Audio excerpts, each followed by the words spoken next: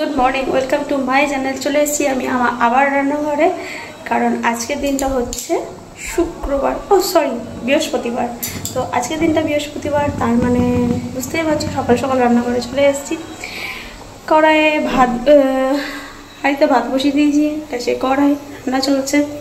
তো আজকের মেনু কি চলো দেখে নেওয়া যাক। আর বাই দ্য ওয়ে, তোমরা সবাই কেমন আছো? আশা করছি খুব ভালো আছো। চলো তো তাহলে শুরুটা করা যাক শুরু দিয়ে, মানে টিফিন দিয়ে।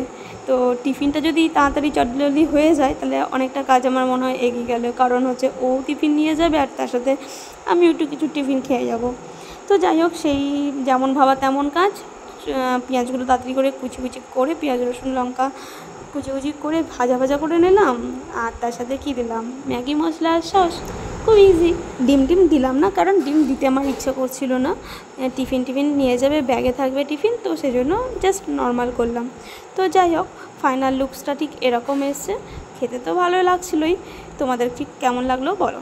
তো তার সাথে ছোট ছোট মাছ পেঁয়াজ দিয়ে, আমি আজকে রেসিপিটা দেখাচ্ছি না, আমি কী রান্না করেছি মেনুতে সেটা দেখাচ্ছি। রেসিপি তো তোমরা মোটামুটি সবাই জানো।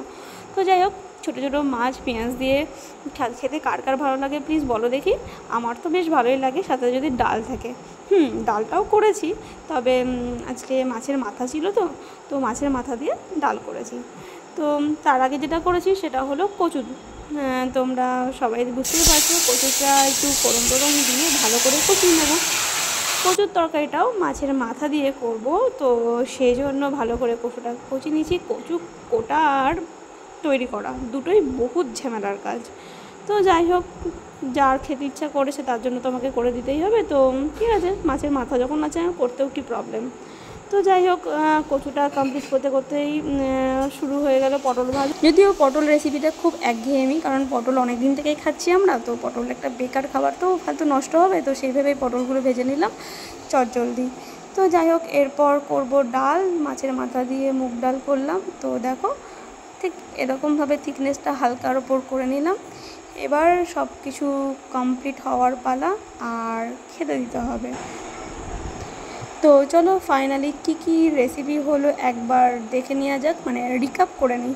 দিলাম ভাত, করেছিলাম আলু সিদ্ধ, তারপর মাছের তেল ছিল, ইলিশ মাছের তেল, সেটা দিলাম কচুর শাক যেটা করেছিলাম, আর তার সাথে ছিল মাছ আর ডাল।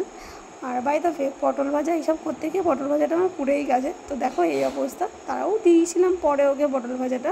তো চলো টাটা, ভিডিওটা এখানেই শেষ করলাম।